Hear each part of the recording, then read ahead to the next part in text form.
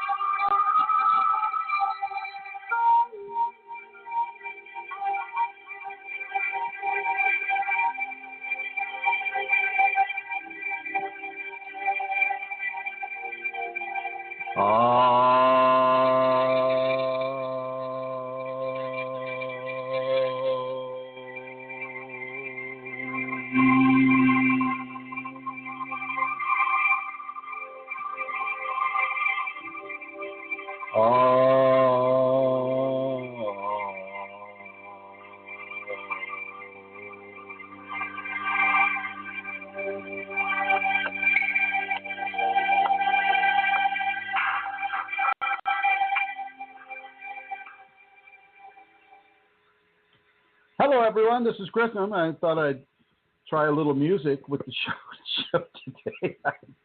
I hope it worked. If anybody in the chat room can let me know if that actually worked, I would appreciate it. I don't know if you heard the music at all. I know I heard it over here, but if you could let me know, it might be fun to add. Oh, yes, it came through. Did it come through clearly? Oh my. Did you like the selection? That's my favorite selection. That's by a group called Ishq, I-S-H-Q, which means love in Arabic. And that track is called Bhakti, which also means love in Sanskrit. So, cool. Thank you. Well, then I'll use that because I kind of like the intro part of it, and it's fun to do an Om along with it. So thank you for the feedback, and I'll go ahead and start the show. Welcome everybody. My name is Chrism, and this is a program about your Kundalini. This is a program about your Kundalini experiences, about the Kundalini as it has and does give itself in the form of certain kinds of teachings through me to you. And many of these teachings will correspond with what you already have received within your Kundalini. And I want to welcome you to this program. I'd like to welcome the people in the archives, the future people. I would like to welcome the people that are listening on their computer right now or their smartphones. I'd like to welcome the people who are in the chat room right now, and everybody in the various groups that we have, Facebook and Yahoo and Google Plus and on and on. And I'll go ahead and begin. We are a visual species. We are so visual that we begin to formulate the aspects of our world within formats that flow within a visual current. With the five senses that we have, the vision, the taste, the touch, the smell, and the hearing, we are given five sensorial bodies of interpreting our inner and outer environment. With the inner environment, there are actually more senses associated with it. With the outer environment, that's what we get to work with. A very, very limited form of appreciation and application. With the Kundalini, these formats become expanded. And within that expansion, certain levels of information and of a mystical nature, or spiritual nature, can be unlocked and digested by the individual. And if you're able to unlock yourself from the prison of your ego, which would be the expectations or the fears or the wants or the desires, if you're able to unlock yourself from that prison, a literal mountain of information can come into your system. And this system will be designed to teach you, to help you to understand the aspects of your experience that can be utilized by you as you live among sleeping humanity and as you walk among the very small population of the awakened humanity on this planet. One of the first levels of grace that is being given to me to give to you today is the visual understandings. Sight is much more than just this intake of imagery and light. Sight is a literal conduit of energy that's coming into you, but is also streaming out to you on whatever it is you see. If you're looking at a penny on the sidewalk, well, you look at the penny and the energy streams out from your visual cortex and follows a stream of visual energy that wraps itself around the penny on the sidewalk in such a way that gives its contours, it gives its colors, it gives it, whatever is on the penny, the figure that would be on the penny, and then bounces itself back into the visual cortex, and the person is given the reference point of a penny. But there's more to it than that. There's the emotion that travels upon the visual energy. There's the expectation that comes, that is also attached to the visual energy. There are many different layers of sensorial intake and input that come from the vision of the penny on the sidewalk. The color of it, the size of it, how it makes you feel. We have emotional attachment to money. We have emotional attachment to color. We have emotional attachment to foreground and background. We have emotional attachment to our understanding that, that's a penny on the ground. It's pick a penny up, it's good luck, or a penny saved, it's a penny earned. All of these things come to us as we observe the form and the energy of the penny on the ground. The Kundalini will reach into this and go even further. And if you stare at the penny, you can literally go through the layers of the metallic substance itself, the different layers of different metals that are put into the penny. And if you go even closer through the Kundalini, you'll be able to see the subatomic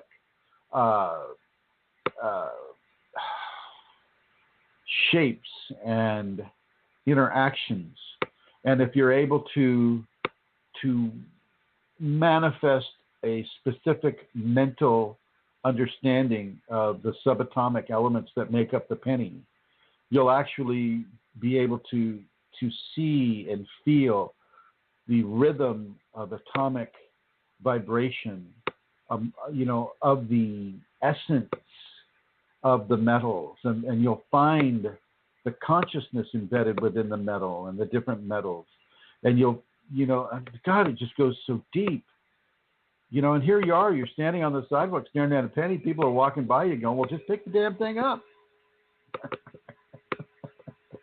Pick it up, leave it alone, or move on. Pretty soon, someone will be handing you a bottle of whiskey and say, okay, why don't you go over there and stare at the penny? So, Kunalini has this amazing ability to push through the barriers of our expected reality.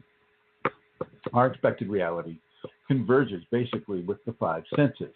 What we can discern, what we can learn, what we feel that we can know. And if if you're addicted to the scientific method, and it's what can we prove and replicate over and over and over again. And then if we prove it and we replicate it over and over again, then it must be real. Kundalini will place you beyond that format into the realities that can be and are happening all around us at the same time. And you might see it as a harmony of different notes, like on a note scale. One note represents the scientific method, another note represents the mystical method, another note represents, say, the religious method, another note, is there with the natural methodologies that, say, the shaman people use. And so these notes come together and they form this harmony, this rich, deep harmony that the Kundalini begins to converge together for your understanding. And you begin to understand that it's not always tearing it apart and looking at a single filament of say, to use another analogy of the weave that is being produced, the different threads, different notes, different conceptual ideas. So it's not just the individual thread that you want to follow, it's the entire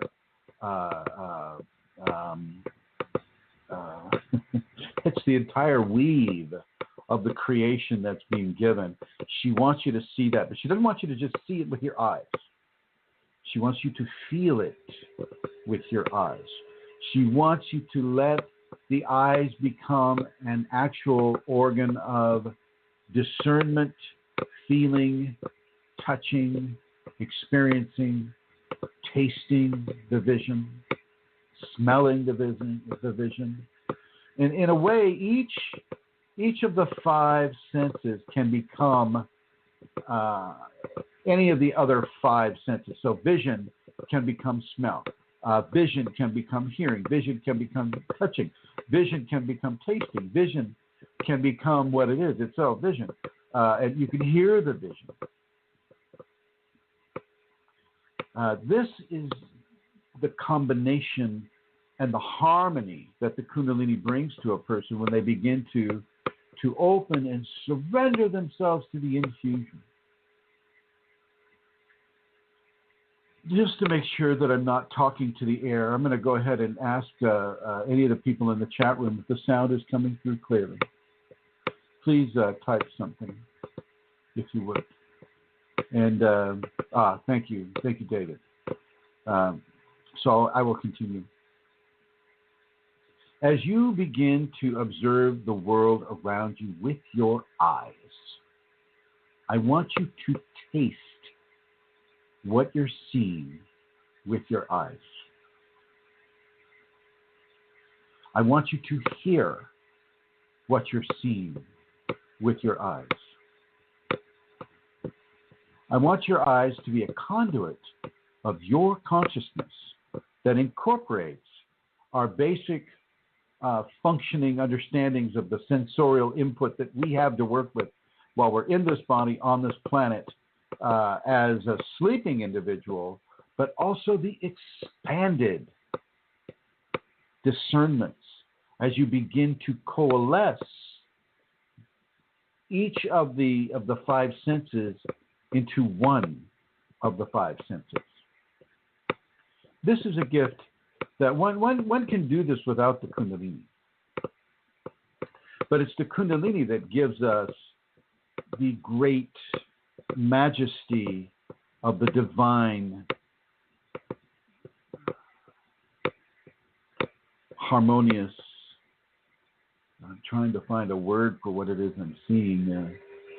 It's a creation of weaving. It's like this huge tapestry that I see in the tapestry. The tapestry of space, where you have the quasars, you have the planets, the stars, the dark matter, the other matter that they haven't discovered yet, and galaxies are like cells in a bloodstream of the body, and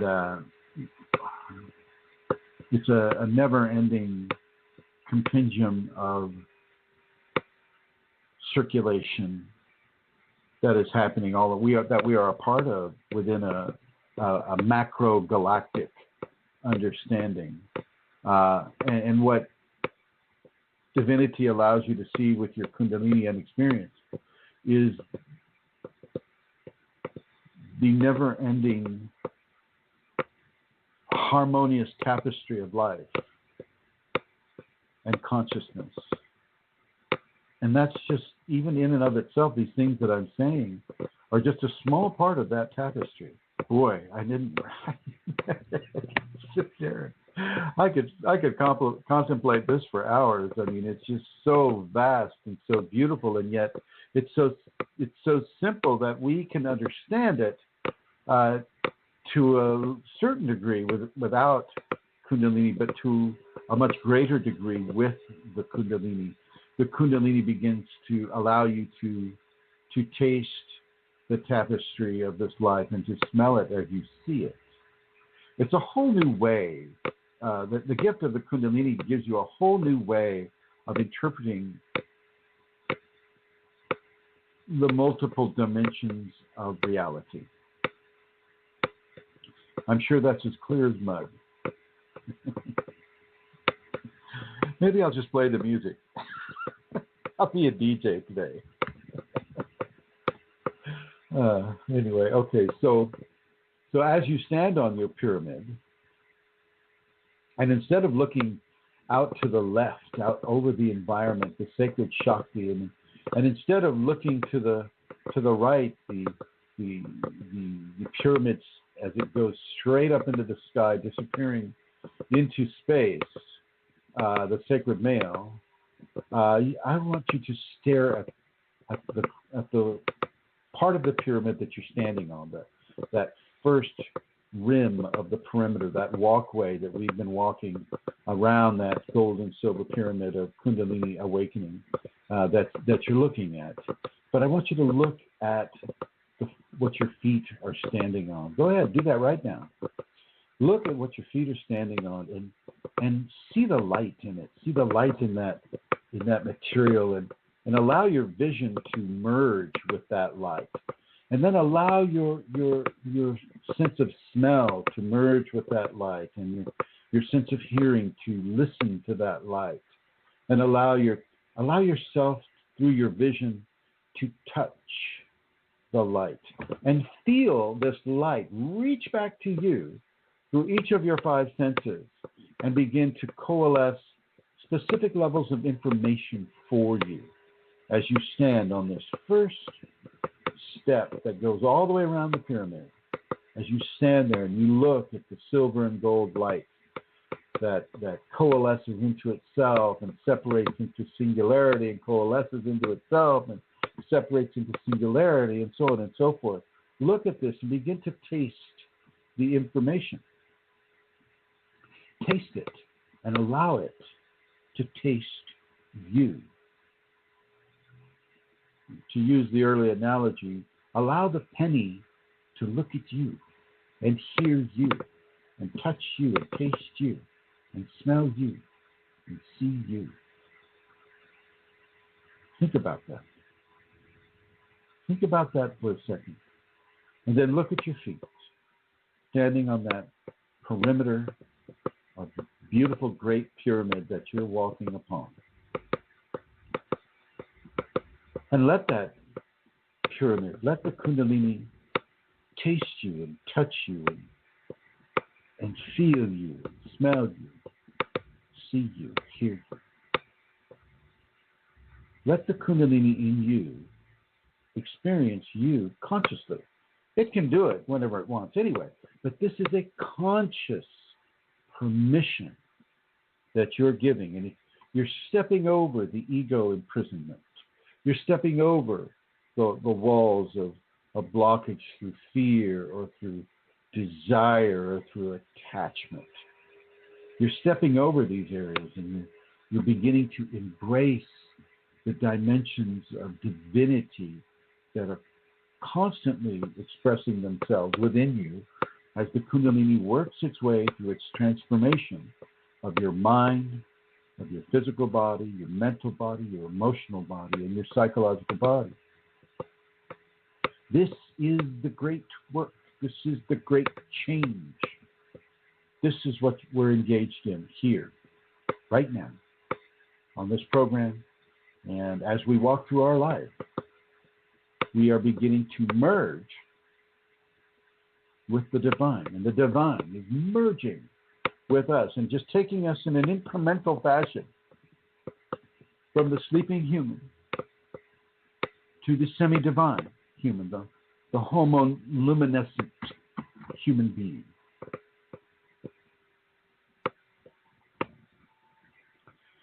Think about that. Think about that for a second and taste it. Taste the information. Hear what this first step on your pyramid has to tell you. Accept it. Be with it. It is part of the multidimensional person that you are, the multidimensional semi-divine birth that is taking place. It's happening within you right now. Feel it. Here's something. See the information in my voice right now.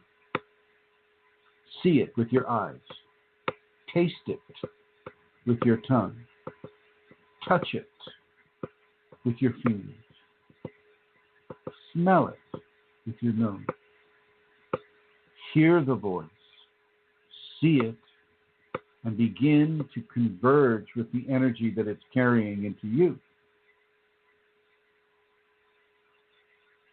Begin to converge. Let your Kundalini expand your viewpoint, expand your understanding, expand yourself into itself as it expands itself into yourself.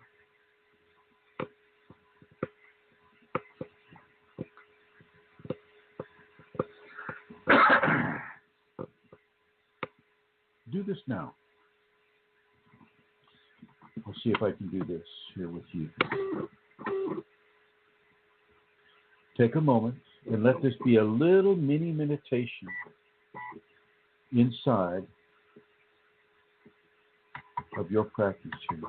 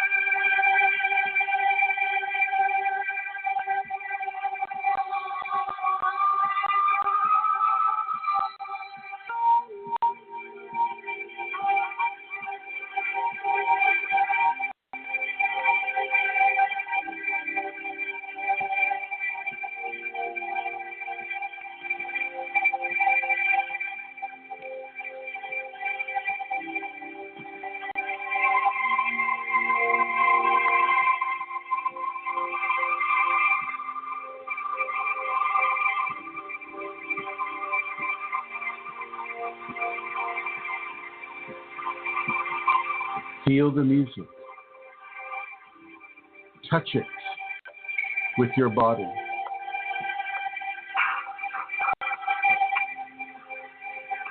Touch it with your eyes.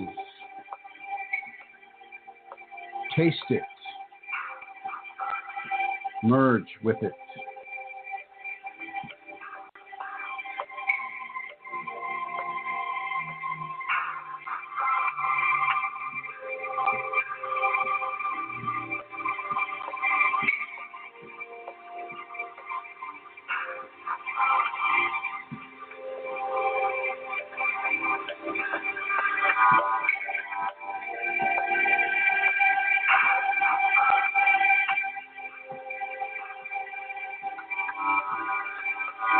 Feel it come into you and become part of you. Feel the love. Feel the musicians and their personalities and their emotions and their lives. Feel the time when this was recorded. Feel the Shakti within it.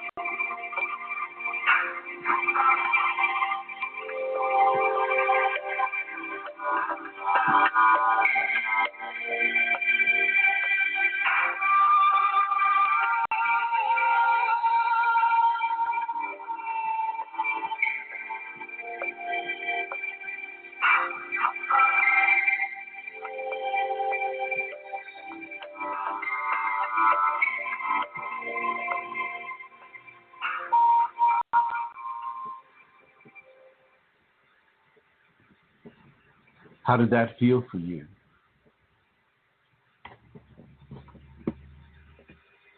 What were you able to discern through the blending of your senses through your Kundalini?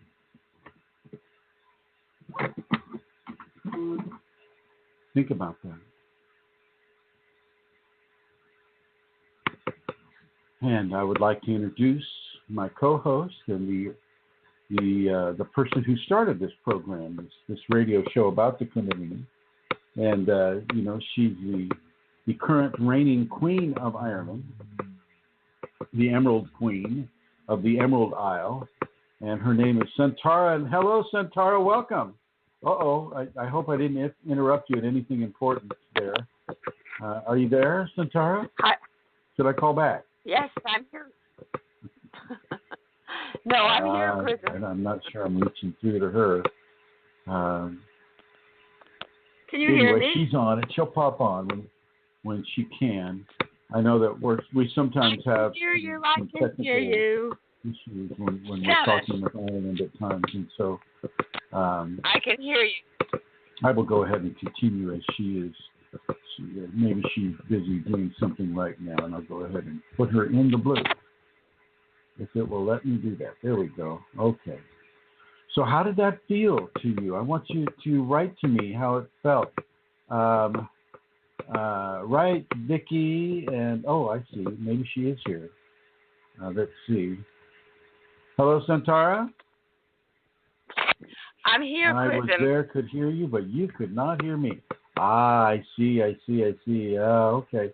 Well, I'm glad I didn't interrupt you in anything important. So I guess we'll just do the show this way then. I am singing. When we blend the physical or the strings of creation, when we blend them into a weave, our ego mind will want us to take it one at a time or five at a time. The touch, taste, hear, see, and smell. It's used to the five at a time scenario.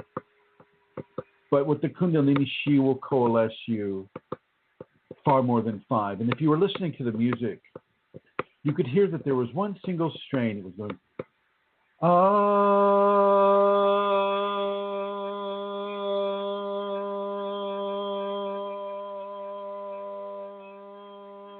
throughout the whole piece. That one note is the basic fixture of our attention. That's like the base of the pyramid that you're walking around right now. And yet everything else that came above it, the rhythms and the different instruments and the voices and the music and the animal and bird sounds, They were all standing on that platform. And your ego wants to wants a similar kind of a platform where it can feel that it has a kind of a reference point. And this is fine. You can do this, but as long as you train the ego to not have expectation.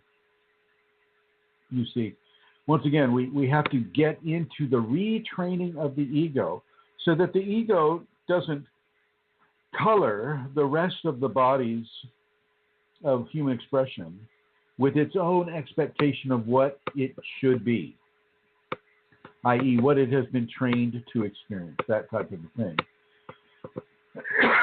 And so it's important for people to understand that as you experiment with combining the different threads within the weave of creation given to you through the expanded awareness of the Kundalini, you must constantly keep your finger on the ego and its ideologies, its expected understandings of what is and what is not.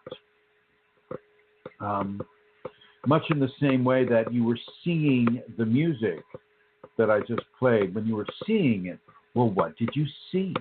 What visualization came to you?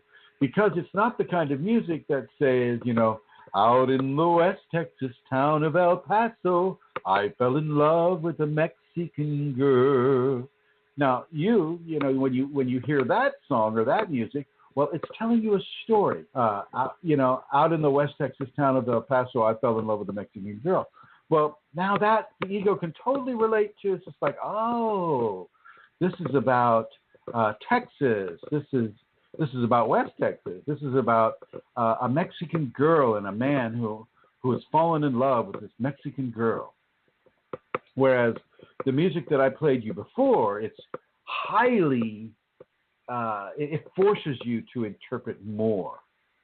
It forces you to reach into areas of interpretation that is not so easily grasped by the ego. Nighttime would find me in Rose's cantina. Music would play and Felina would whirl.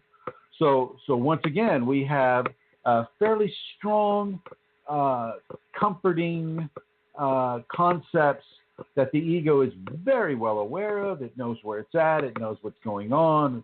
You're in a cantina. Somebody's dancing. The music is playing, and all the sensorial input that is familiar with the Kundalini.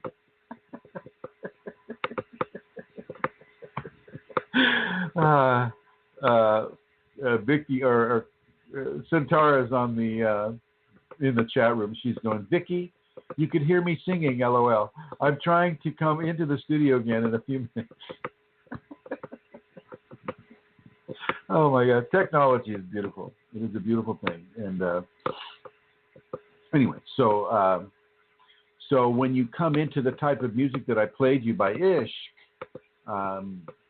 it forces the ego into levels of discernment that it is not familiar with. Yes, it knows that these are tones. Yes, it can recognize some of the sounds in it, like the bird sound or the perhaps the jets that it sends through the middle of the piece there, or the some of the syncopated rhythms that are part of it. But it's not familiar. And you're forced to create an understanding based upon what the musicians are giving you in order to make any kind of sense of it. In many ways, it doesn't make sense because your ego, once again, doesn't have reference point for it. You know, it's not like Rose's Cantina where you can like go, oh, okay, they're in the West Texas town and they're in Rose's Cantina and the guy's in love with this gal and she's over there dancing. Okay. With the Kundalini, as you walk around this, you're not going to be given a lot of reference points for the ego to grasp onto. And yet at the same time you will.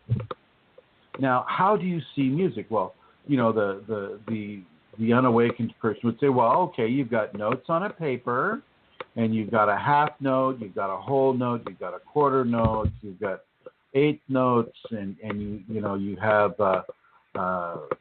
You have your bass, you have your treble, this is how you see music. And yet I'm asking you to see music as a sound wave or a concept. Imagine, for instance, if you were blind and yet you still have the ability to visualize. You see music. You see it. You can touch the music through the various vibrations that it's sending to you. Well, Kundalini will do this. In many ways, we are blind to the tapestry of reality that is occurring around us. Let's see if Santara made it back on here. Here she is. Hello. Nighttime would find me in Santara's old castle. Can you hear? Santara would play and the ceiling would whirl. You there? La la la la. Can you hear me? No, Chrism. Your microphone's not working. Oh, too bad. Santara, can you change your equipment? I mean, maybe use a different computer or your phone, or maybe try to find something where the microphone's working. And I appreciate the effort that you're making to get into this show. I know it's frustrating because it's difficult, but we're not hearing you up to this point, my dear. Just changed phones. It must be the mic on my earphones, and she's going to be back in a moment. Okay. So many of the strange experiences that a person has with regards to the Kundalini is this blending of the heavenly thread with the mundane thread. So all of a sudden you're seeing visions. Well, this is not within the typical egoic reference point. And so there's going to be a level of shock to the individual sometimes, not all the time, but sometimes a level of shock occurs when you see something that shouldn't be there, or you hear something that shouldn't have been said, because, if you say, hello, Chris, and yet there's no one in the room. I remember early in my equation, I was just lying on the bed and I felt a presence come into the room, and the presence came up to me and made a comment to me, and then just moved on. But for me it's different because I've had this all my life. I've had these entities come and go, and they're not all bad, but for people in the early part of the Kundalini, within the first 8 years, they can be corrupting. And one of us is having a corrupting experience right now. One of us who's trying to get onto the show, and I wanted her to talk about it a little bit, but we'll see if she can do that in a second here. But so as the Kundalini comes to you and begins to redirect your familiar weave of your five senses, and then bring it into an expanded sense of 25 senses. Because each of the senses can become a single sense. So tasting can become visual, touching can become audio. All of these things can replicate themselves if you're able to expand your understanding into letting that happen. So tasting what you see. It's not as easy as looking at an orange and then tasting that orange. I want you to taste everything in the visual field. Is the orange sitting on a cloth on a table in a room with a window on either side of the table? Are there chairs next to the table? Is there a floor? Is there a ceiling? Are there walls? Are there pictures on the walls? Well, what do the pictures on the walls taste like? What does the cloth that the orange is sitting on taste like? What do the windows taste like? What does the environment that you're looking out on through the window taste like? What do the chairs taste like? What does the floor taste like? See what I'm saying? I don't want you to just taste the orange. I want you to taste the entire vision, the entire view. And then when you're able to do that, and so what does that taste like? So if you're looking out in the environment and you see a tree, you see a grass, you see maybe a river in the background or a lake, and you see a mountaintop, and so go out there and taste it.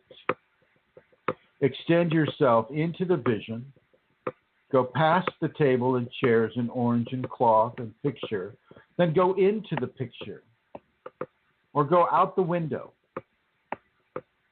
Go out to the top of that mountain. Taste it. Breathe the air, at 13,000 feet. Breathe the air. See the snow that's perhaps on the top of that mountain peak. Feel the chill. Taste the chill. What does the chill taste like? Of course, the eagle said, well, the chill tastes cold. Well, does it taste bitter? Does it taste sour? Does it taste, somewhere between bitter and sour? How does that, from a Kundalini standpoint, taste to you? And then hear the cold. What does the cold sound like? Does it sound like the wind blowing? What does the cold sound like?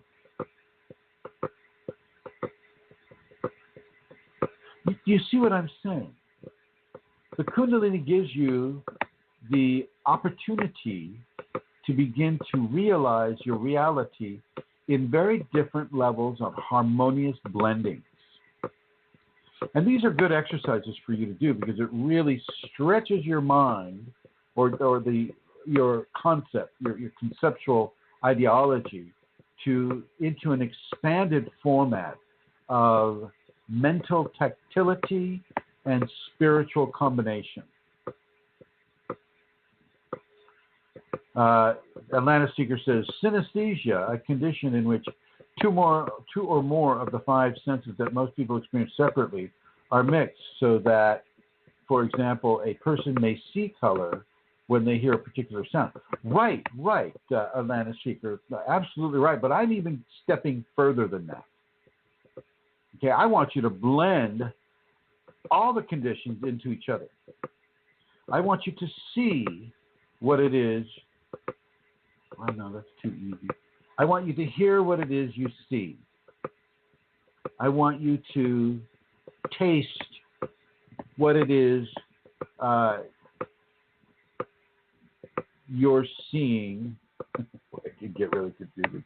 I want you to taste what it is you're seeing in the vision of an orange sitting on a cloth, sitting on a table, surrounded by chairs, surrounded by two windows, surrounded by paintings and a floor and walls and a ceiling.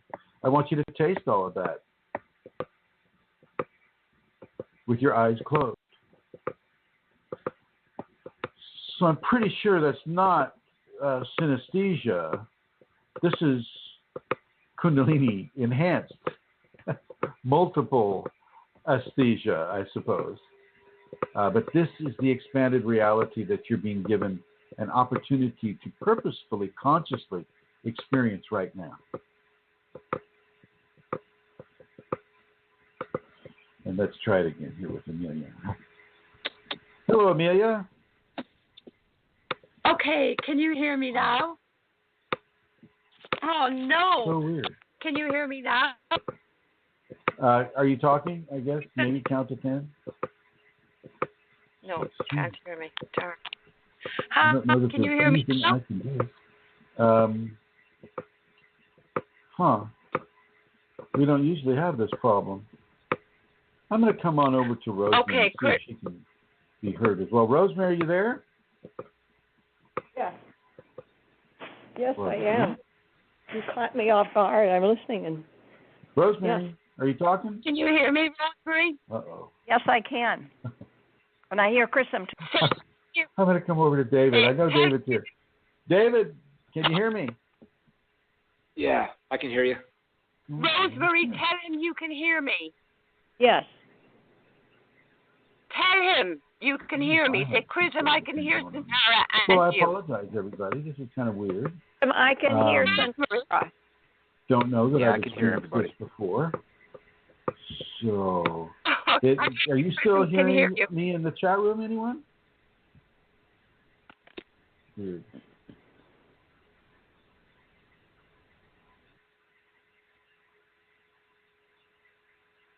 They can all hear each other. Oh no. They can all hear each other. Yes. Yeah. Maybe it's me. Here, let's see. I don't have that plugged in. I don't have this going. Wow, the only thing I added different was the music.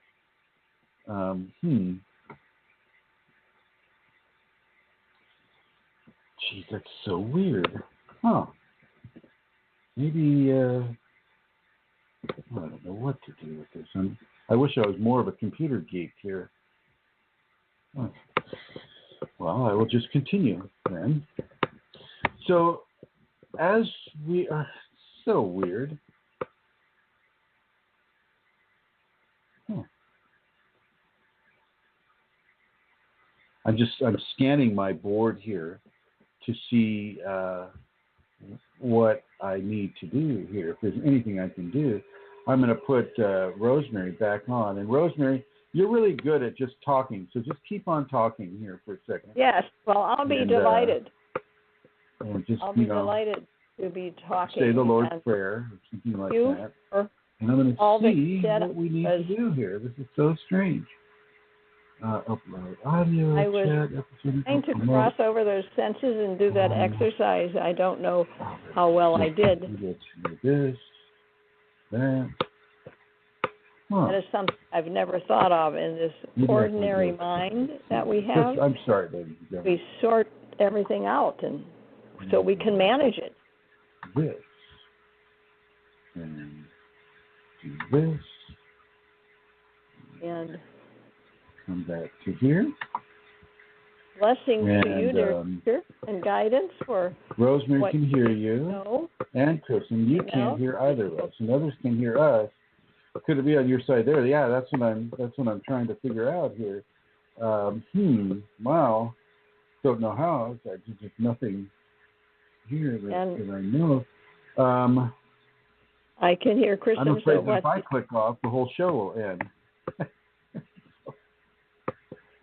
Louise, God, everybody, I am sorry. It's probably on my end here because I added music for some reason. Oh, let's try this. Go ahead, Rosemary. Say something. Yes. Hello, Chrism. Oh, finally. Oh, my God. Okay. Good. Thank you.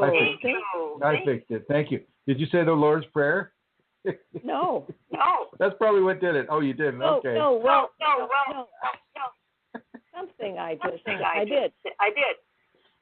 Yeah, I did. Well, thank you. And Santara, you probably can come on now. Come on here. Don't be afraid. It's okay. Thank you, Rosemary. Are you there? Yeah, can you hear me? The Queen of the Emerald Isles. Yes. Good. Okay. What? That was unbelievable. Why? And it was just the press of a button over here. Art, David's laughing. Sorry, everybody. See what happens when you add music? Everything goes to heck. Okay. Everybody heard me going, Rosemary, tell him you can hear me. And Rosemary's going, Chrism, I can hear you. Okay. I'm sorry, but listen. So Santara, I want you to talk a little bit about how the Kundalini is blending an alternate reality into your daily living. So all of a sudden, a different thread has been added into your experience. Can you speak on that a little bit? Oh, gosh. I will try, Chrism. Okay. Okay. So what's going on for me at the moment is the word entity. So if you think about that, what I'm getting is I'm getting a lot of intrusion into different senses. So I'm hearing voices. I'm hearing instructions. My thoughts are being intruded on as well. I'm seeing things and I'm hearing things. So, like, I'm sitting inside in my room, and John has gone to bed, for example, and the next thing, I think he's come back into the room. I can hear him behind me. And I'm going, gosh, John, what's up? And I turn around and John isn't there. But I have heard him most definitely, or thought it was him in the room. So I get a fright for a moment, but that, and I'm thrown and confused. But because of other things that are going on, I realize that I'm being given to. It's very interesting, Chrism, because it's not scary. It's like an opportunity. I'm being pushed. Oh, I find it hard to explain it. I'm being pushed towards, I don't know, Chrism. I can't find the words really. There are so many elements to it, and it's all going on at the same time, and sometimes it's very difficult. But what I'm doing is, I'm not allowing it to dictate to me, or I'm using it in a way to listen to my Kundalini, because I'm doing the opposite of what I'm being directed to do. I'm thankful almost for it. I am thankful for it. I actually have to be very consciously thankful sometimes and say to myself, well, thank you. That was very helpful, because now I'm going to do this. I'm finding myself struggling trying to get words on it, Chrism. I know it's difficult to put words to some of these things, but I think that this new thread has, you've had Kunalini for a number of years now, and yet, the Kundalini knows when the appropriate time for a person to have an appropriate level experience for them, when that time is, and I don't want anybody to think that, I've had Kundalini for 20 years, and therefore, I know everything there is to know about it, and there are no surprises. And, well, I got news for you. You can have the Kundalini for 20, 30, 50 years and not have seen or heard an entity, and all of a sudden, there they are. And oh, my God, what now? And Amelia, you could pretty much see right now how a person could end up in a psychiatric hospital because of this, right?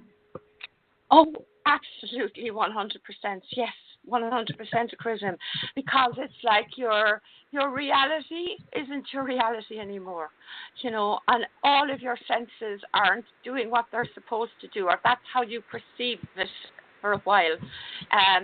So, what you're seeing, nobody else is seeing it. Well, and appropriate to our topic of conversation today, the blending of the threads of our reality. You've been operating from by and large, we'll just say that from the physical or the sleeping manifestation of your life, the five sense manifestation, where you're looking at a tree, it's a tree. You're hearing the wind through the leaves, so it's the wind going through the leaves. You're smelling the scent of the pine. All of these physical manifestations of grace, of the mundane world, and all of a sudden, a thread that has consciousness, that is articulate, and that is there to kind of mess with your reality, has been inserted into your weave. And the rest of the threads are kind of going, oh my God, what's going on with this? And what do I do? And like you said, it's a perfect learning opportunity. It's a perfect way to come into a level of understanding that all is not what our ego perceives it is. Right? Yeah, absolutely. And not to lose it and fall into the into just being lost, or confused, to know that it's okay and that the Kundalini is allowing us, and to trust that. I mean, that's huge Chrism for me, trusting that he has allowed. Can you talk a little bit how this came to be, say within the last 3 or 4 weeks? well. Oh, it's oh God. I'm not sure. I can't really.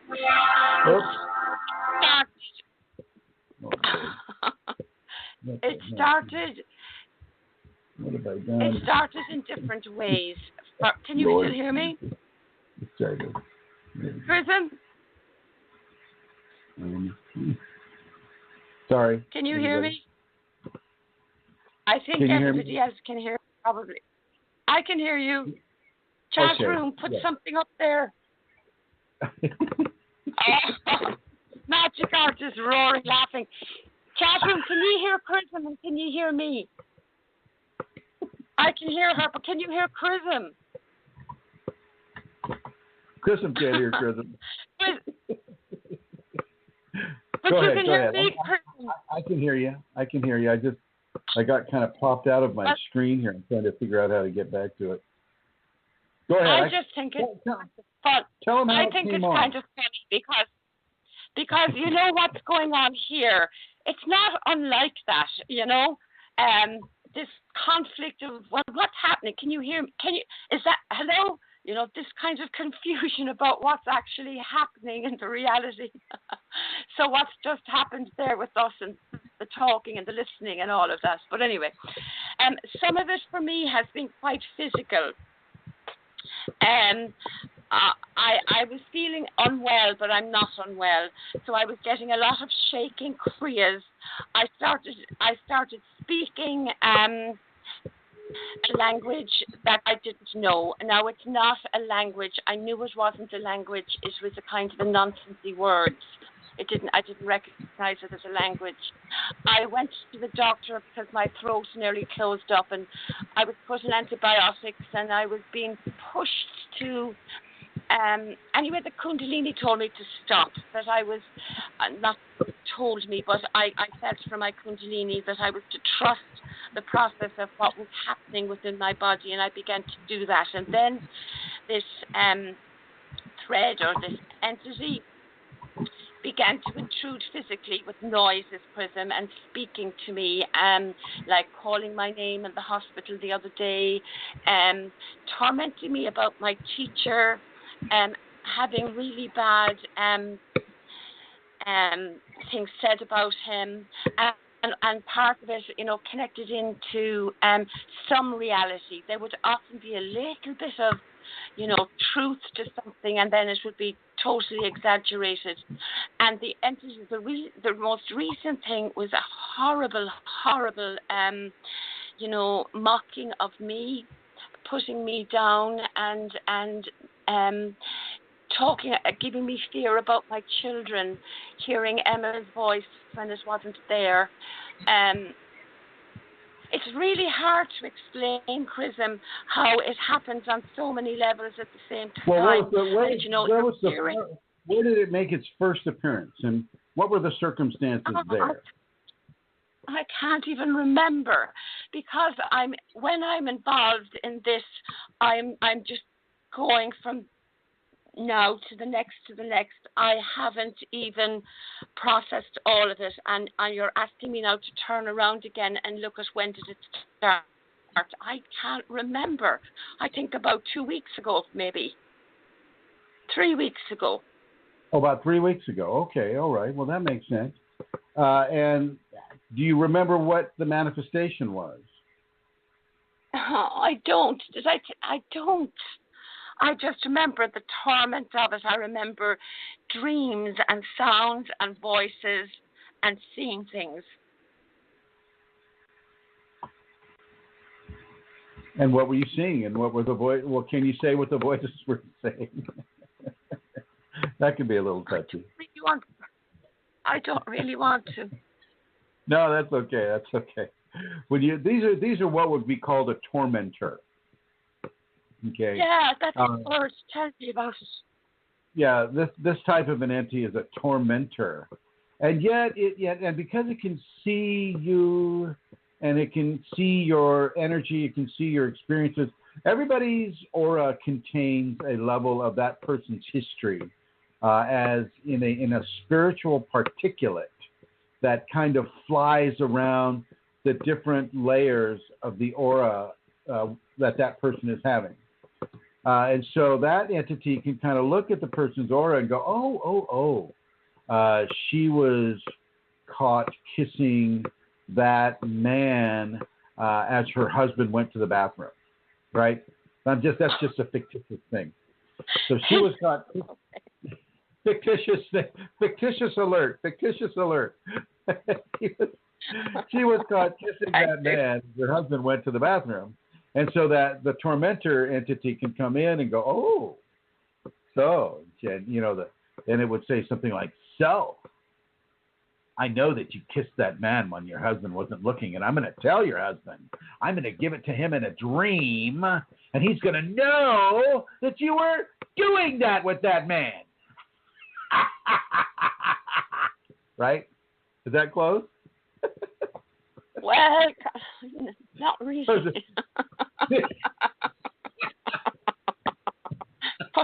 the voice is good. Was the voice good? But yeah, the voice,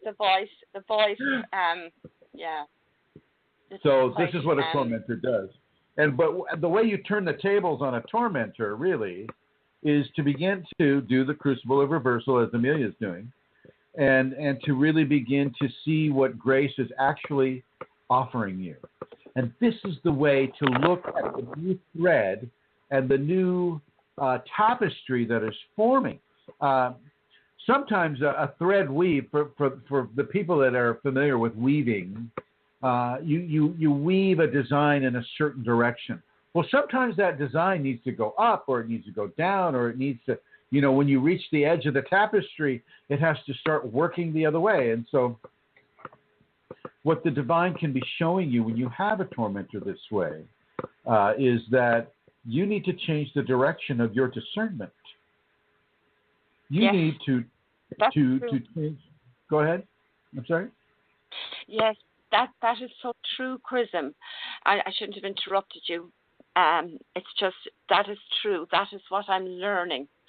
That it's actually, I'm learning that, I'm kind of thankful because of what is being done, what has been said. I am realizing that some of my, because it's coming from me too. It's coming from, I think, what this entity or this thread is aware of in me, my discernments and some of my errors, and so I think it's working on that, and because I've had some assistance from you, I'm doing gratitude now, and so when something happens, I'm not doing gratitude in order to annoy the entity and kind of go, I'm doing the gratitude in order, I'm really grateful because I'm being forced in a way to relook and discern in a new way things that I think the Kundalini is directing me to do from me through this entity intrusion. And well, so there is gratitude in my heart as part of my surrender to my Kundalini for this, that this has been given. And you've told me do that, and I thought maybe that was a little bit strange, but as I began to do that, it really works. It really works. And I can see that, even though this is not nice, that it's a positive thing. It's part of, I think, Kundalini is allowing this for me, isn't she? It's part of her agenda for me. She's the one. She knows my inaptitude and my. Yeah, she's teaching me. She really is. She's teaching you how to experience your reality in a different way. And this is really what it comes down to when we're talking about looking at the tapestry of your life, looking at the tapestry of your reality, and having the Kundalini begin to insert new threads of reality into the current reality that you're having in a way that allows a communication between the parameters of the two realities, or the 4 realities or the 6, or however many new reality threads that she's adding into the equation. This is why when you practice tasting with your vision or smelling with your eyes, this is how you can become much more able to discern and manifest and not be confused and afraid when these types of reality threads, the new reality threads, are put into the weave of your enlightenment equation. This is such a crucial teaching. I just wish people could hear this. I just wish people could understand this. I wish I was more articulate. I'm sorry. Well, you should be totally ashamed of yourself, Centaur. Oh my God. Where's that entity? Where's that tormentor?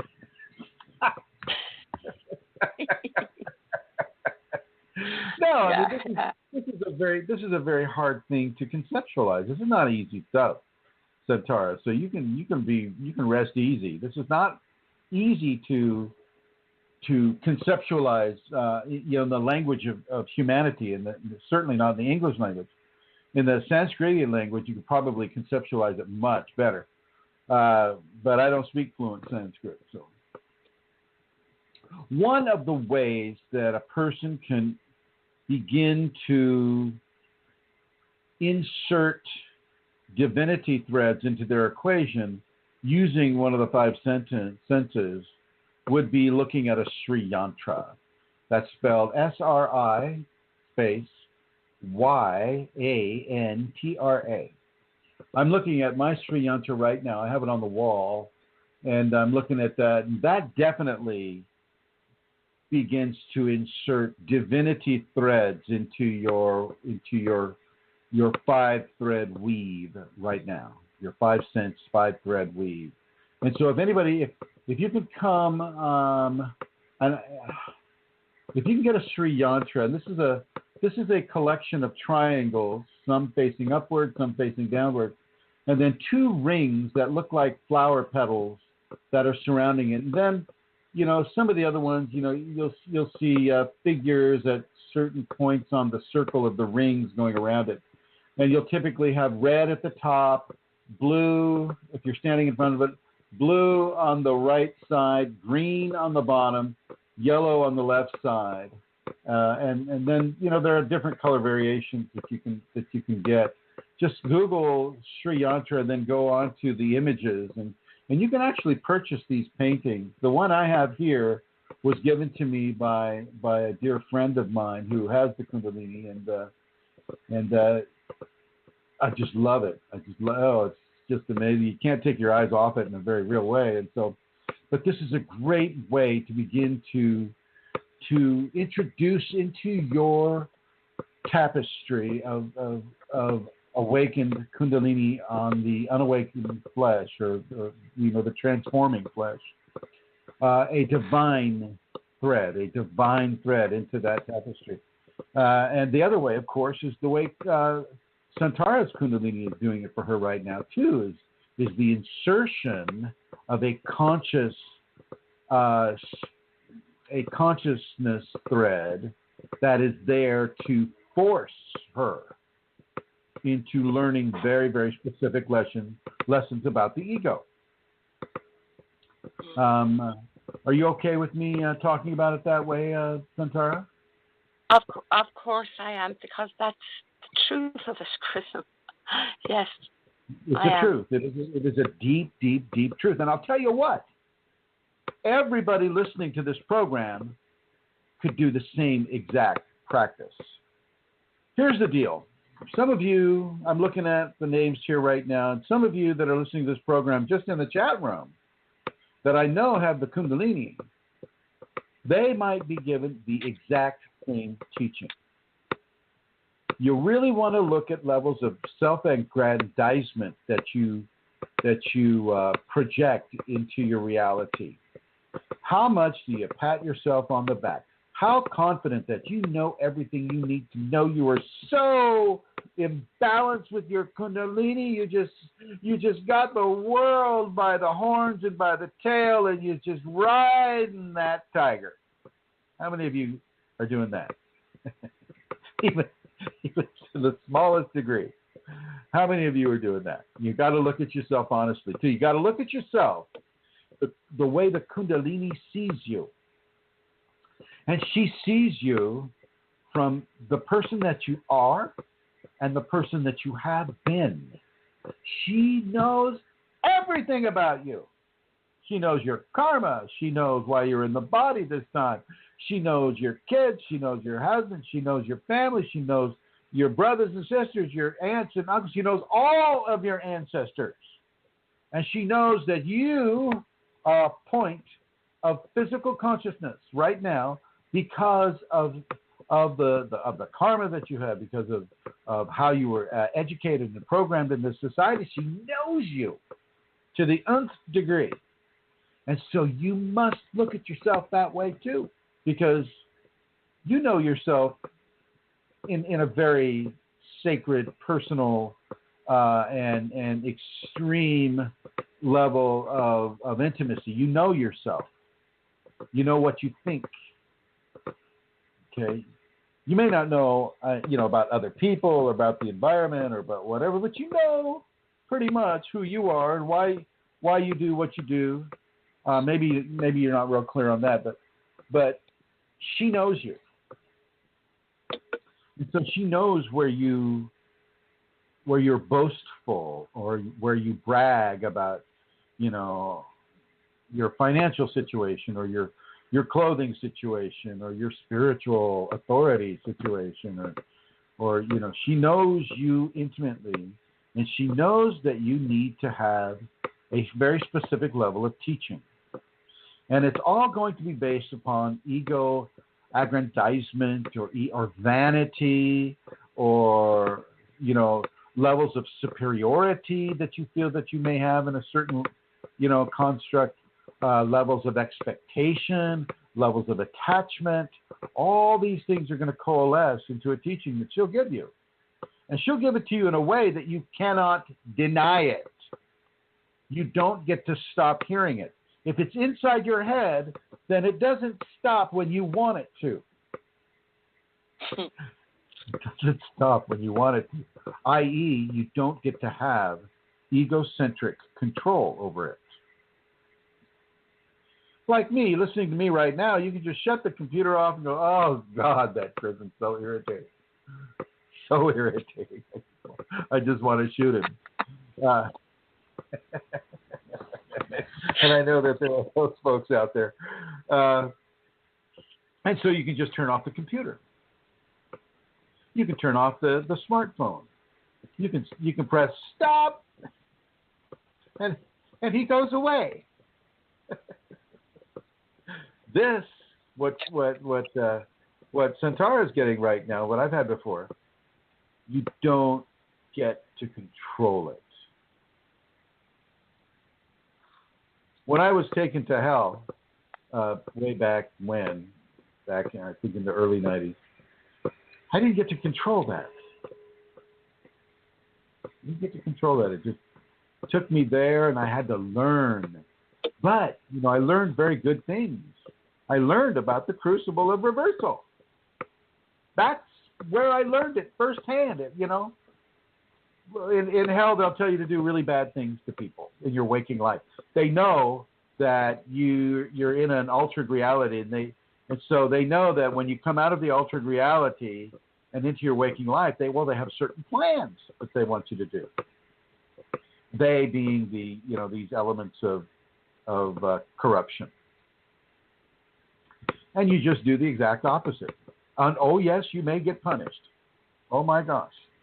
But still, that's what you're going to cling to. That's what you're going to keep doing, because every time you're told to do something bad, or in Amelia's case, the entity tells her something bad about her teacher or about her husband or about her family, about life in general, whatever, then she does the exact opposite. She knows the exact opposite is true. And that is what you act on. You do the crucible of reversal. You reverse it. And you begin to live your reality through a level of reversing. So when I was told to do a bad thing to a person, well, I knew then that in that day, I was to do something life-affirming or good for an individual. Loving, caring, kind, considerate, gentle, compassionate, sympathetic. I was there to help somebody in some way. And that worked. And of course, you know, as that worked, well, you're lifted out of that classroom, so to speak. The classroom that Santara is in right now. And remember, you can have the Kundalini for 40 years and not go into that classroom until she's ready to put you there. You can have had a spinal sweep. You can be awakened. You can be, you know, in having, you know, bliss and reaching into nirvana and just giving people healings and giving people great downloads of wisdom. And, oh, boom, there you go, right into an entity refinement classroom. And it's very important that she does that, because the more powerful you become, the more of a necessity it is for the ego to be refined. You don't let the kid carry the 50 caliber machine gun, you know, into the sandbox. Not that Kundalini is a 50 caliber machine gun, but, you know, it's a very, very powerful consciousness and energy. And you have got to learn what it is to control the ego before you can learn what it is to express divine filament upon the physical environment. You've got to know the connected values. And most people don't know the connected values. Let me give you an example. A long time ago, I was told that I could control the weather. And I thought, well, great. You know, and I was immediately given the information that, well,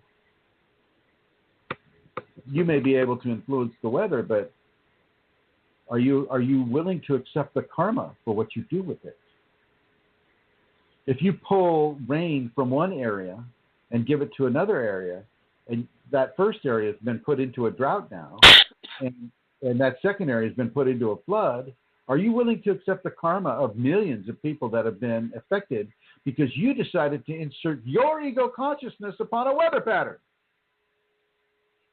And I thought, no, I'm not willing to accept that. I'll just let Grace do with the weather what she wants to do with the weather. Thank you very much. But not all people would know that. Not all people would reach into that and go, oh, wow, I can make it sunny, and it's raining here in Ireland all the time. I'm just going to make it sunny all the time. Or wherever you would be. I'm not pointing a finger at Amelia. So this goes into the weave. Kundalini brings divinity threads into the weave of your experience of life. One of the first and most extremely important areas that you need to look at as you converge as you taste your vision, and as you smell what it is to touch something, and as you hear taste, as you begin to do these things, and you begin actually to set yourself up for the kind of experience that brings a greater understanding of life on this world, of the divine characteristics, divine responsibility is what I'm trying to say. You begin to understand what divine responsibility is. And one of the very first places you learn about divine responsibility is through the ego refinement. This is why I wanted Amelia Santara to talk about her experience. It's a very, very real experience. Now, some of you may recall Vincent, who's been on some of the previous programs. That is also similar and different at the same time. Those entities are actually gouging his eyes and trying to smash his testicles.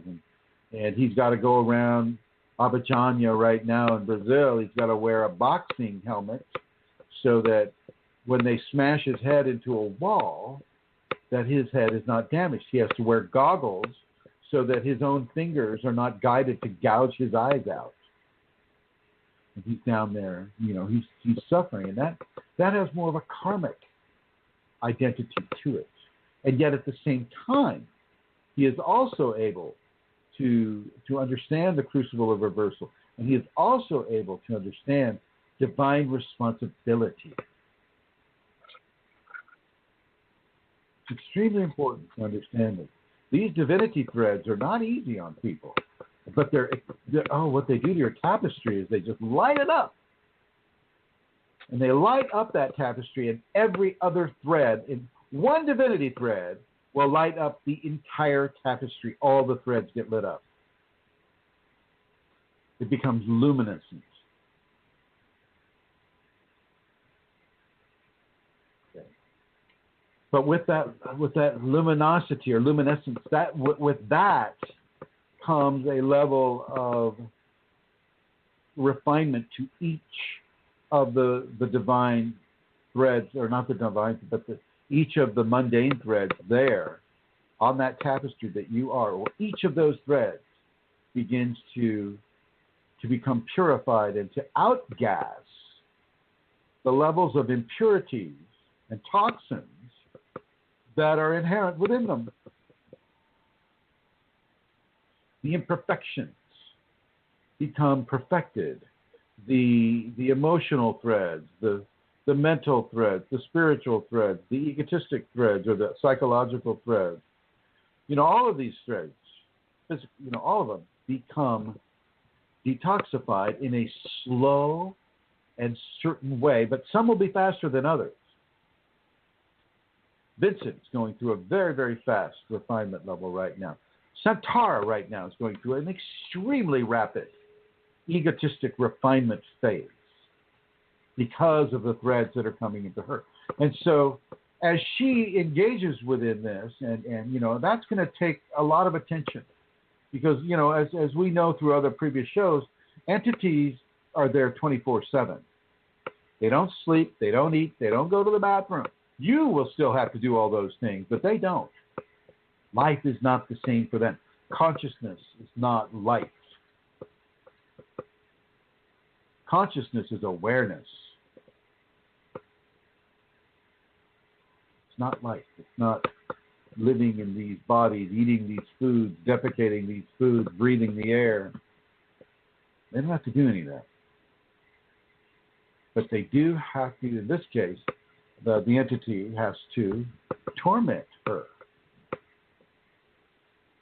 Torment her towards perfection, towards refinement, towards receiving a teaching that she must have in order to do the Kundalini that she must do.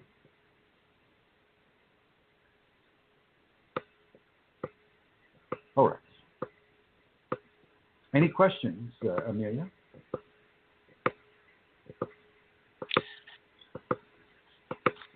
No, Chrism. Well, yes, actually. Just for the last couple of months as well, I have had a really difficult physical time. Throat, chest, so many physical things going on, and a lot of death. A dear friend of mine. Well, were you able to take care of that big hump on your back, that big hump that's been developing? Have you taken care of that?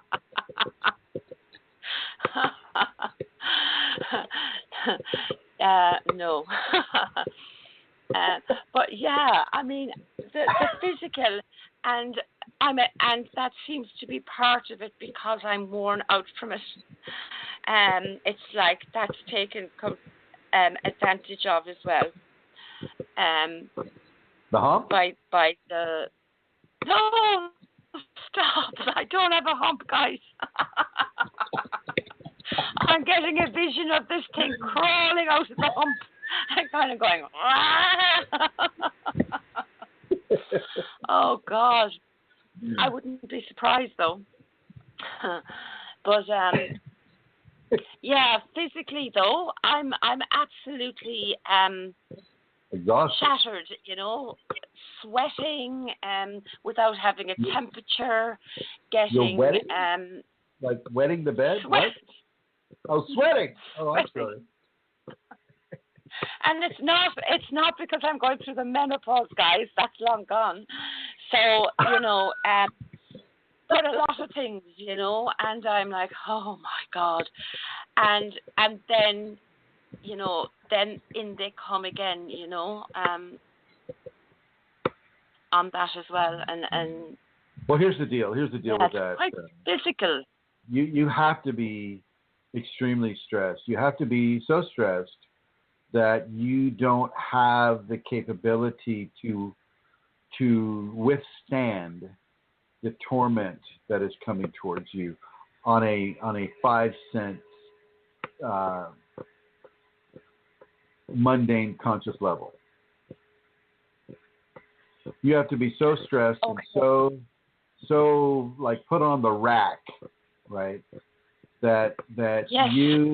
that it makes you to outgas in this way, to detoxify in this way, is essential, because it really places you into an either or. Either you clean up or you don't. And if you don't, well, there's what you're going to get. And if you do, well, then you can hope for the best. But with the tormentor, there is no best there. But if you do clean your life, well, there's definitely a hope for a better life and a better existence. But with the tormentor, it's torment all the time.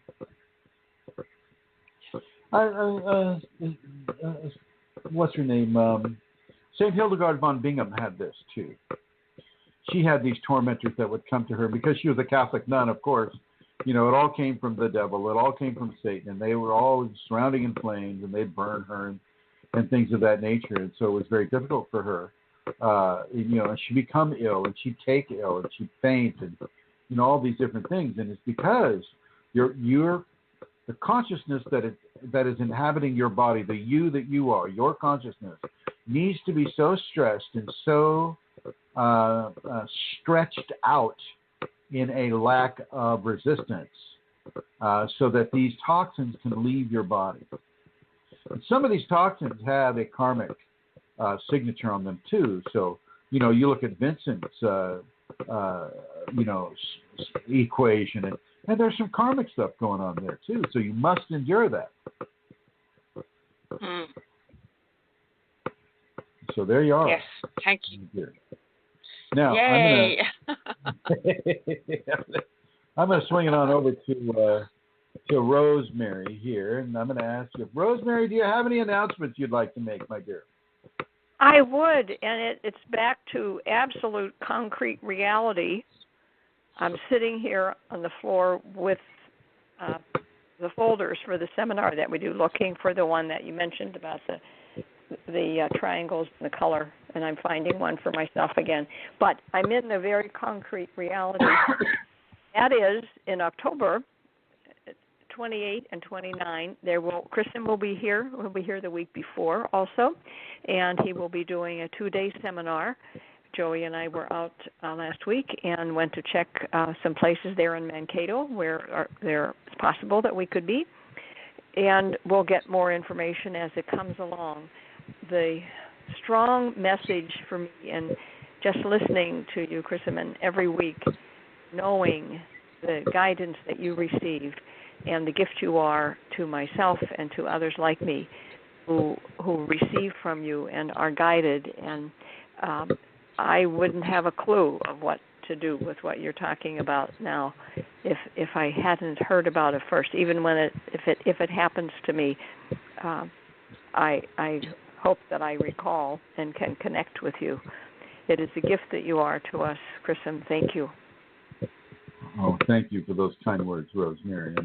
I should say, my contact information is Rosemary G at usinternet.com, and my phone number is 651-329-9615. I love talking about this work and about the seminar and what's possible in our lives. Well, thank you, Rosemary.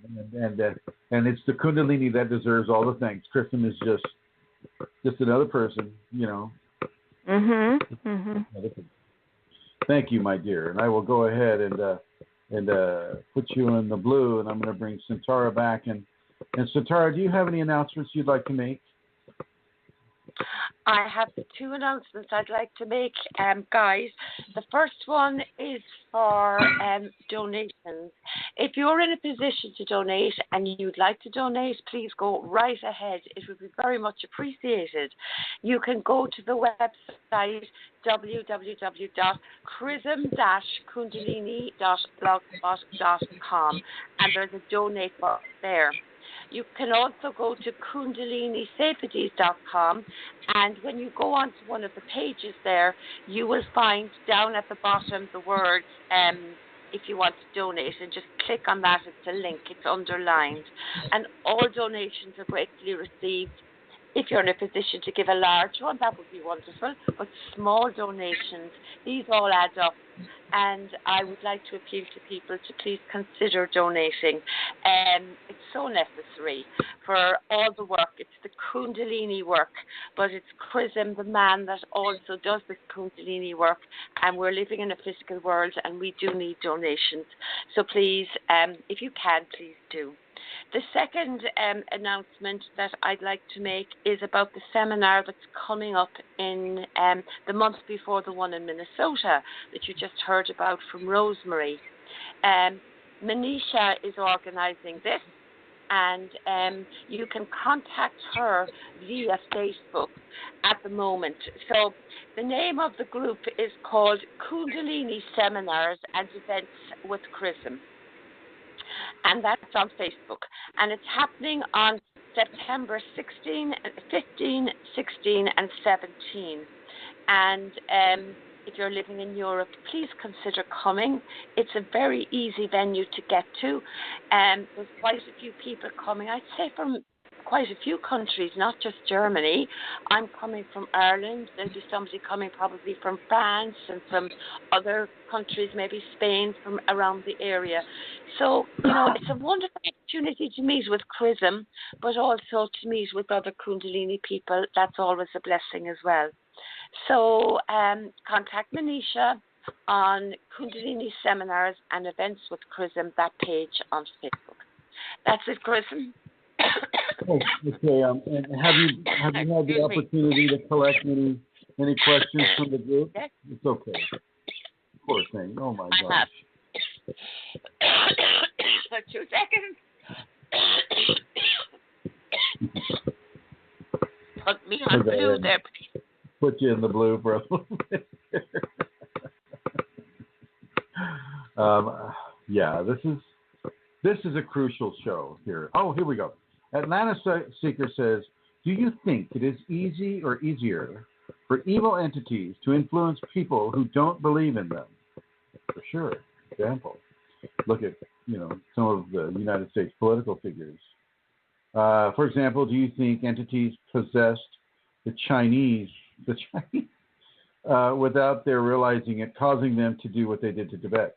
Not the entire Chinese population, no, but definitely the leadership of the Chinese population, yes. Yes, and the same thing with the United States. I mean, geez Louise, the United States or Europe or, Vladimir Putin or, any of the heads of state, if they don't know to avoid possession, then they are open to possession.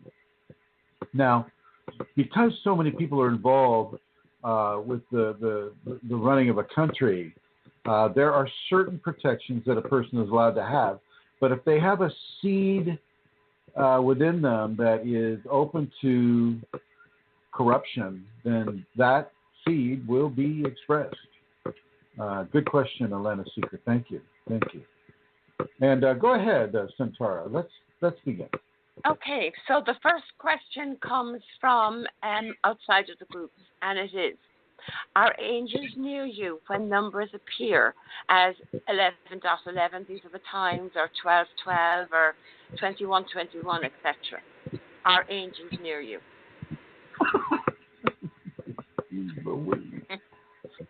No, they're not. No, Okay. not any nearer to you than if you want angels to come closer to you, then do the divine work. Go up to a homeless person and give them food, or give them shelter, or give them money, or go and begin to express your life through the compassionate, kind, service-oriented consideration for other people, and that will draw angels closer to you. Over. Thanks, Chrism. How do we avoid unpleasant or frightening dreams? Sometimes we can't avoid them. Sometimes we need to experience them for the raw virtue that they offer us. One of the main things one of the main invitations within bad dreams or frightening dreams is the understanding, the eventual understanding that fear does not serve you. It just hurts you. And as you get more control of your fear, you begin to change the game. And as you change the game, you get stronger. And let me give you an example. In my early process, when I was living in a city called Knights Landing, California, Knights Landing, California, I was living in the Snowball Mansion. Snowball Mansion, like a snowball, snowball rolling down the hill. This was built in the 1870s by J.W. Snowball. He was the first circuit court judge in that part of the territory, as it was referred to back then. And he was the first circuit court judge, and he built this great Italian ornate mansion. And I was renting a room out of that mansion in 1986, and I was paying about $85 a month. And it was the guy was restoring it. The owner was restoring it, and it had like 2 ballrooms and these huge, it was like 20-foot ceilings with ornate filigree all through the. Very beautiful if you could restore it. And he was trying to get these, he was trying to replicate everything to its original form. And anyways, so I would have dreams of being in this mansion, but it was in far more decrepit shape. And as I would walk into this mansion, I would immediately be picked up and thrown against the walls, bone-shattering throws against the wall.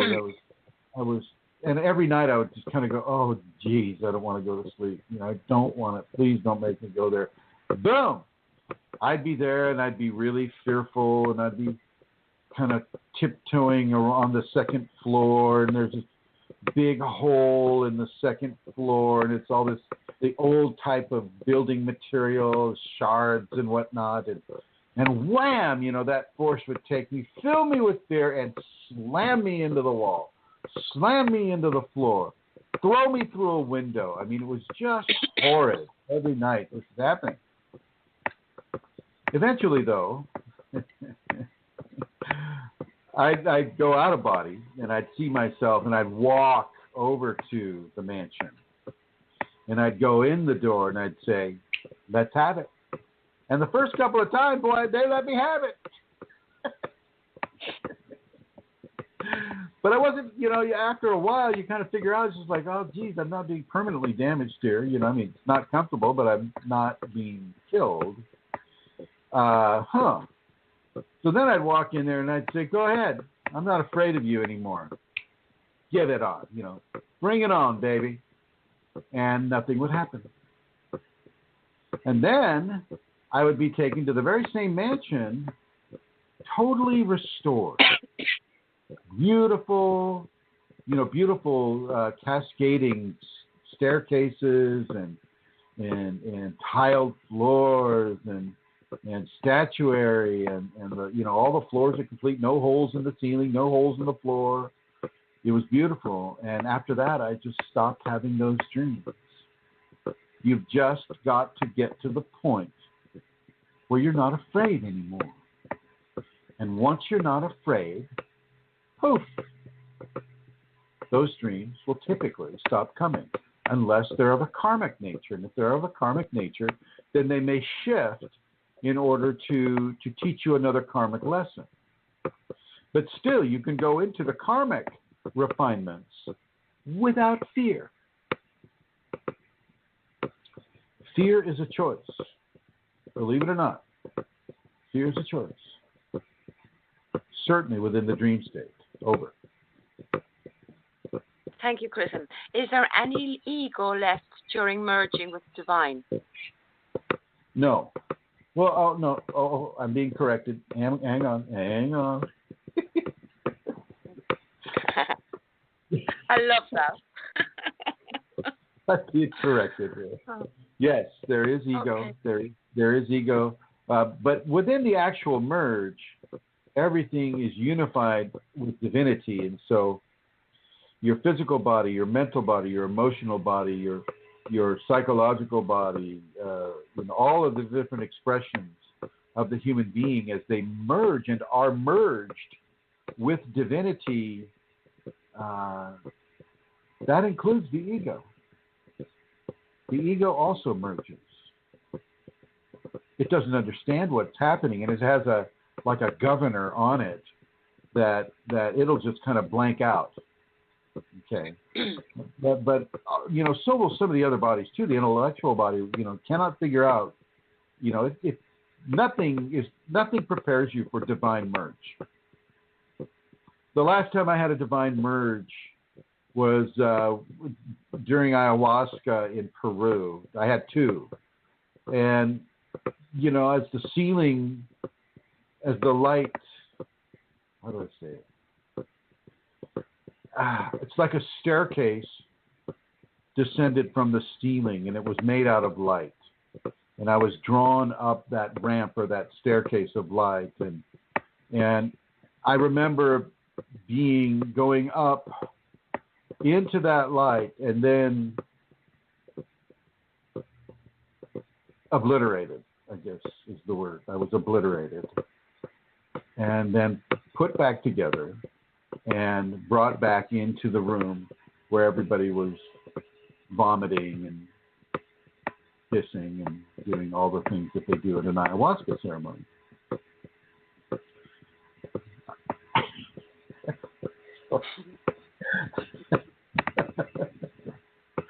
I know.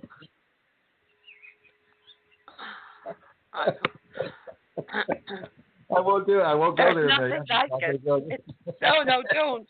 It's impossible to describe what that's like, guys. To be in that room and to experience what you're talking about, and then at the very same time, the vomiting and the other, very basic things that are going on around. It's incredible, the mixture. Oh. Right, and so I'm going to put someone on here who was there with us. Hi, Joey. Hi. Hi, Joey. Ladies and gentlemen, this is Joey Frost, and she was down there with us with Amelia and I and Rosemary during the ayahuasca ceremonies, and you still have remnants of those ceremonies occurring within you right now, don't you? Kriyas. Yeah, I mean, did you have Kriyas when you went into the ceremony? No. But now you have They started during the ceremony. There you go. And so I just,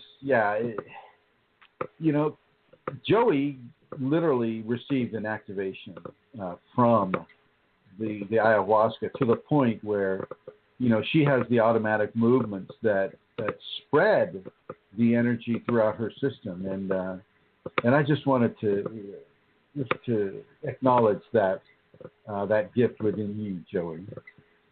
That was entirely not part of my experience up to that time. That was something quite quite different from anything I had experienced. Yeah. And how do you describe that? Oh, when during the ayahuasca? Oh, good answer. Good answer, Joey. Good answer. Good answer. And I'll go ahead and put you back in the blue. Thank you for being on the show, Joey. Mm-hmm. Yeah, Joey was there, and Rosemary was there, and Amelia was there, and myself, and Brooke, and Magdalene, and a lot of the people that we know were there. We were basically exploring what would be the effect of ayahuasca on people that already have the Kundalini, and boy, it can be a pretty powerful effect. But how do you describe obliteration?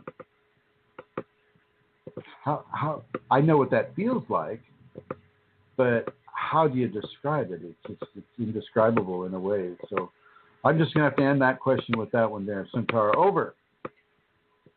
Okay, Chrism, thank you. Excuse me. So the next one says, and these are from the group, I think, yes, the next one is from the group. I meditate by mainly concentrating on breathing movements, Chrism. Please tell me the advantages of mantra chanting and what mantra I should go for as a beginner. Oh, well, I wouldn't be, because here's the caveat with being a teacher is, okay, so the question is being put to me now is like, from divinity is saying, well, are you willing to take on the karma of an individual that is asking you about a mantra, and if they should insert that into their spiritual practice, are you willing to take on that karma? And so typically I'm willing to take that on. And so I would give that individual a karma, or I would give that individual a mantra, one that she gives to me to give to her. Kundalini gives to me to give to this individual. And typically it begins to work on the level of egoic control. This is why the mantra is so effective. It's effective in two ways. It begins to refine the ego, and at the same time it pulls divine power into itself. So in a way, the mantra becomes an egregoric consciousness. Now, okay, let's get into it. Egregore is a consciousness that is developed through many people, many beings with a life force, with a similar thought pattern, can create a consciousness in and of itself. It's a creation in and of itself by virtue of many people coming together and forming that consciousness through a thought pattern that is virtually identical or very, very close to that. What the mantra does is, because it's coming from one, a Kundalini awakened teacher, number one. Number two, it is infused with the divine consciousness of the Kundalini. Number three, those two plus the recitation and the nascent Kundalini activation that the person evidently is working towards will form a consciousness that will exist within the sounds and syllables, intentions, and emotional connection of the mantra. And that can grow. So, for instance, many of you know that Brooke is here. She's been here for about 2 years, maybe a little more than 2 years. And she's been working on her Kundalini. And she has a mantra. Well, now the mantra that she says all the time, every day, is very powerful, extremely powerful. And it can really help her, within the levels of refinement, say something like what Centaur is going through, or any kind of really strong level of Kundalini testing or refinement protocol that the Kundalini may exert upon her. She can use that mantra as a source of strength, as a source of confidence, as a source of help and assistance within some of the coming, strong refinements that may come to her. And that's why a mantra given in such a way and received in such a way is so much stronger than just following the breath. Don't get me wrong, following the breath is a good thing, and I would encourage this person to continue following the breath. But the mantra is something completely different from following the breath. Over. Thank you, Chrism. Why am I feeling that this planet is not my home? My home is far out there. I feel I came here by mistake. Well, you feel that way. That's basically it. Right. The person will feel that way because the Kundalini puts them in a very different state than the rest of the population. You're here, but you're not here. You have gifts that are expressing that they don't have because they haven't reached a level where those gifts can express yet. But they will. It's just not their time at this point. So you feel like a cast-off. You don't feel like you belong to the rest of the population. And there you begin to translate that into not feeling like you belong on the planet. Like, maybe you're an alien or a starseed or some sort of a weird fantasy-laden understanding of how life can exist.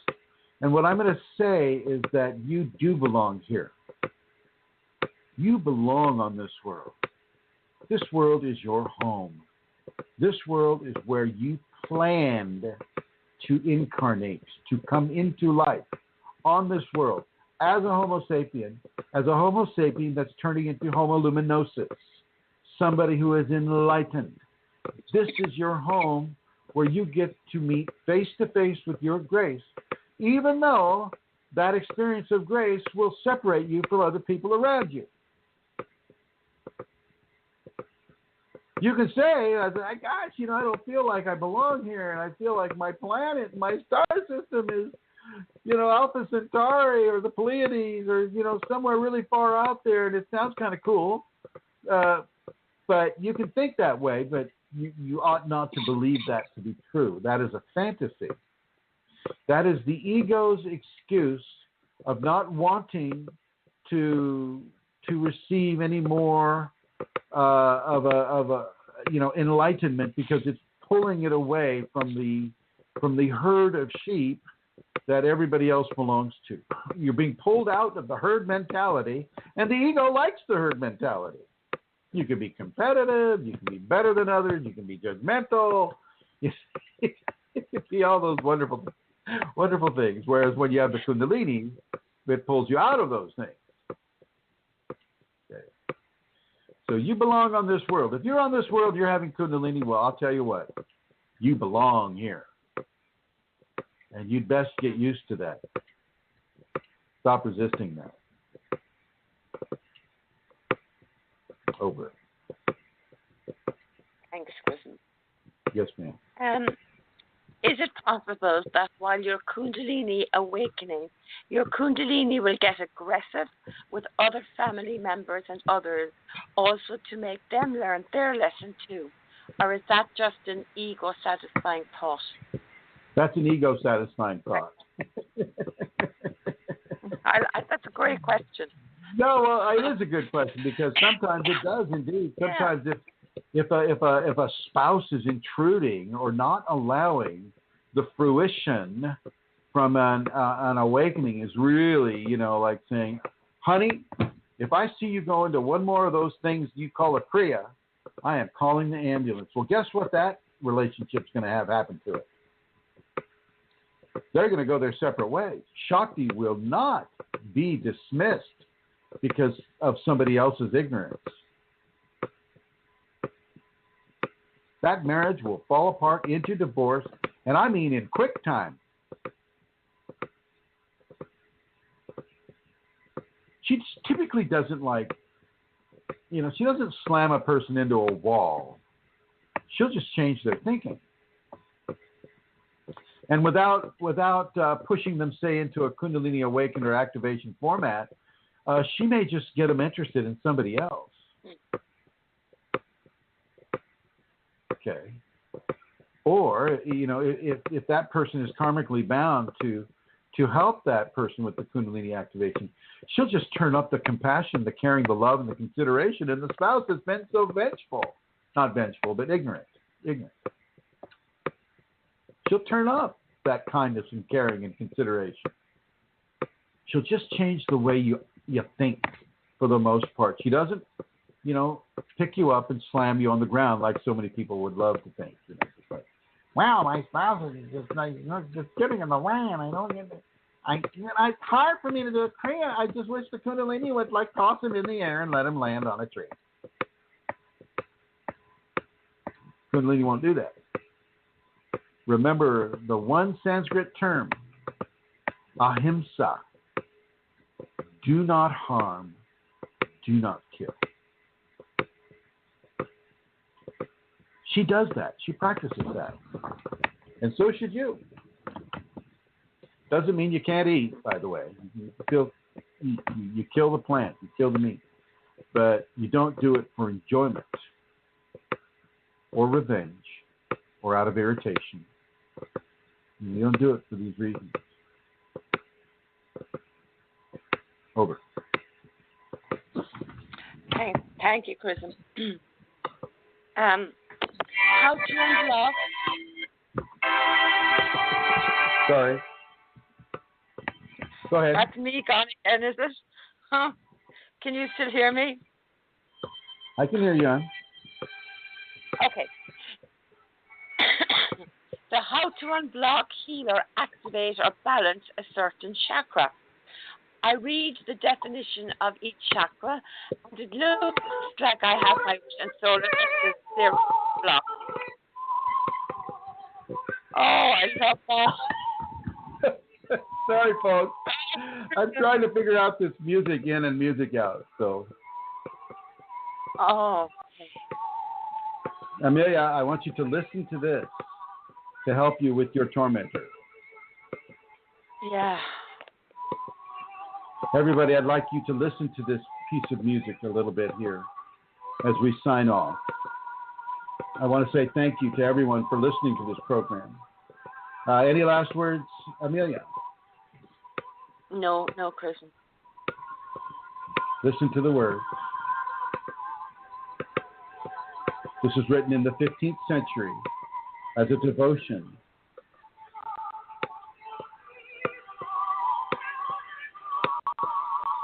Feel it. Feel it. Thank you for people. Thank you to God and to grace and to Kunalini. Starting to go into bliss here. Oh.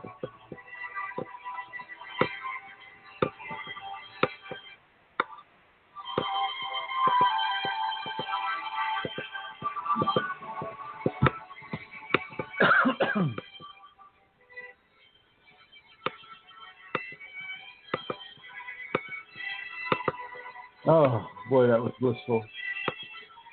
I want to thank everybody in the chat room. Rosemary and Joey and David and Vicky and the guests and the people in the archives as they listen, the future people. I'd like to thank you all. Feel the grace. Feel the grace that comes through.